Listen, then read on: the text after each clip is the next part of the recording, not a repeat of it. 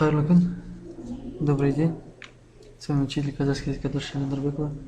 И у нас сегодня 6-й урок нашего курса, который называется 12 казахский язык за 2 недели. В начале урока я хотел с вами поговорить о правописании казахского языка.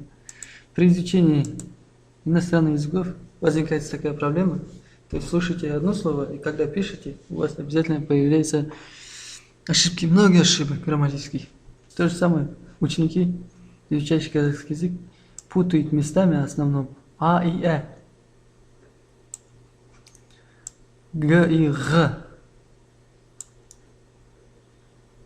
К и К, О, Ө, У, О, Э. И самая актуальная проблема А и Э. Откуда вышли эти проблемы? Во-первых, при произношении этих букв это слышится очень похоже друг на друга. Произношение этих букв. А, Э. То же самое Г, Г, Г, Г.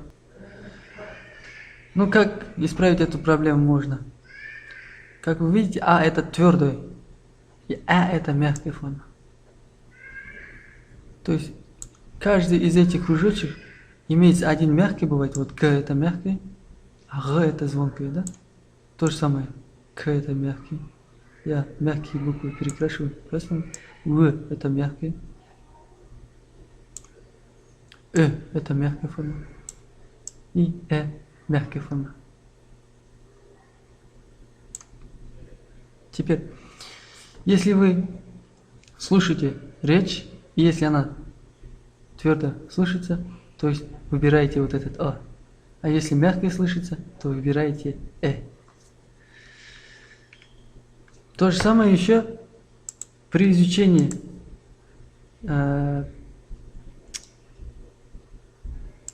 новых слов. Многие учат, например, сютта. Многие учат, смотрят, читает и учит. И он думает, что уже все, я выучил это слово. Да он может, если через несколько времени спросить это слово, он может написать суд. То есть суд, а не сет. Но когда он произносит, говорит сет, но когда пишет, у него появляется у. То есть неправильно. И здесь самое главное, чтобы этой проблемы не было. Изначально надо, при изучении новых слов, надо и не то что прочитать и выучить, а написать это слово. Например, я изучаю английский язык, я пишу слова в дневники. То есть новые слова, которые я выучу, я пишу в дневники и учу как в грамматике. Если вы знаете каждое слово правописания, то у вас, когда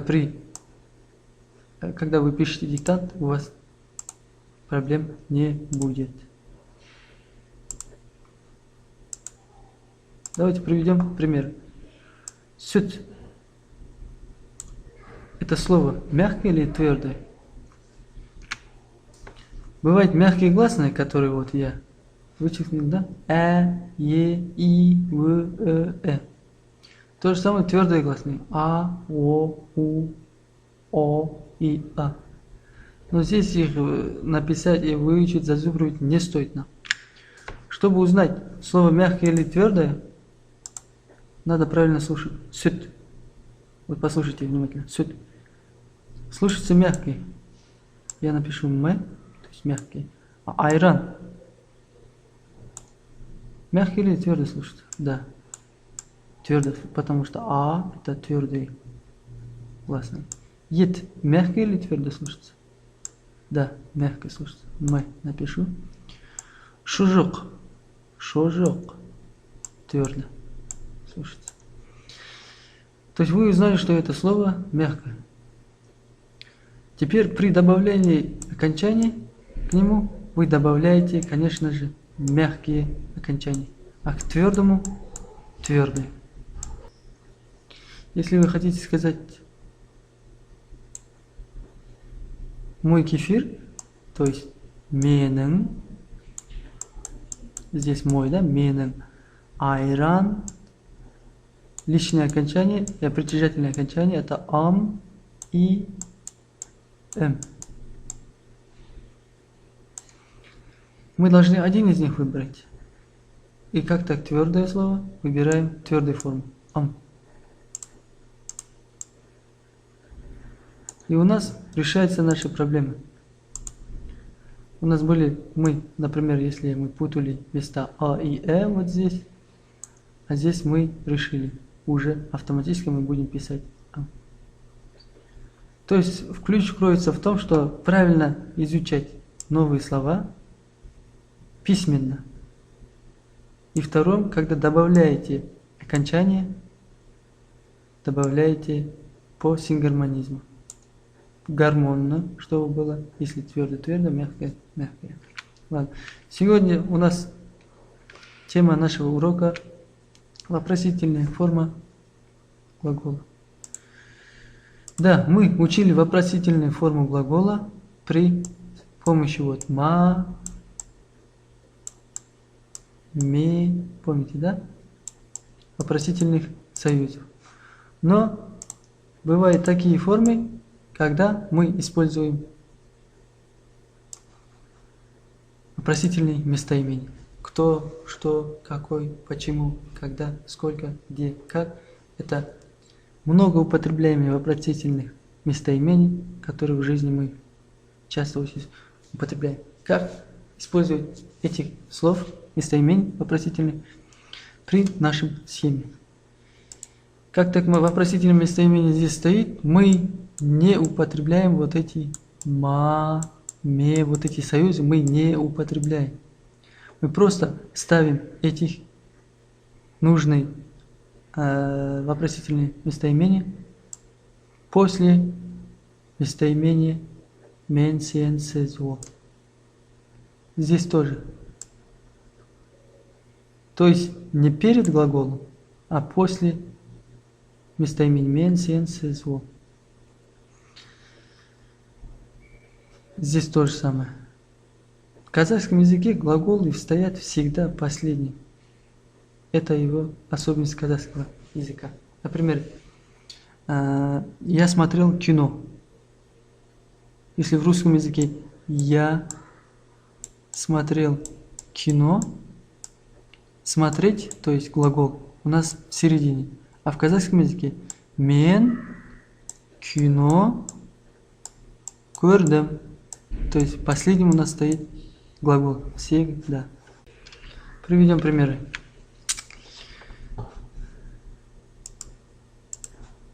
Какую ты книгу читаешь? В настоящее время, да? Какую?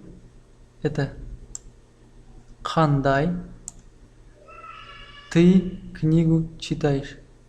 Можно не говорить ты здесь скрытный, да? Какую книгу читаешь?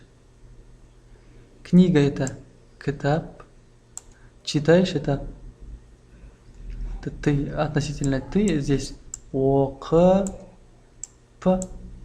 отырсың.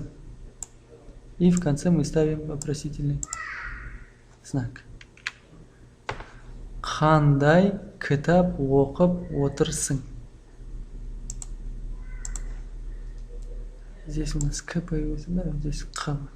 Қандай кітап оқып отырсың? Вот.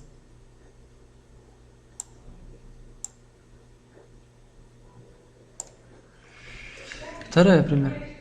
Почему вы спите? Почему эти слова имеются у вас в словаре? Бесшилалтный сөз. Неге. Вы это сіз. Спать это ұйықта. Неге сіз ұйықтап жатырсыз? Как так лежа спит? Это жатырсыз. Правильный ответ. Сіз неге ұйықтап жатырсыз? То есть места употребления вопросительных местоимений всегда идут после местоимений мен, сен, сезу. Еще хотел напомнить вам то, что В настоящем времени, если слова тор, water, жатер придет, то эта схема не используется. Как так? Например, я сижу, да? Если вы хотите, я сижу. Вы не можете написать мен, сидеть это water, мен, waterман. Вы не можете так сказать. Как так? Два слова не можешь повторить. Эта схема рушится только в этих трех случаях. Просто мен, waterман. Я сижу в настоящем времени. Если ты сидишь, сен, waterсың. Если вы сидите, сіз отырсыз. Если он сидит, ол отыр. И все. А в остальных случаях, то есть кроме этих трех случаев, используется эта схема. Теперь задание для вас. Переведите с помощью схемы, с помощью новых слов, которые вопросительные местоимения, перевести предложение. Кто к нам придет? Будущее время, да? Кто это? Кім? Правильный ответ.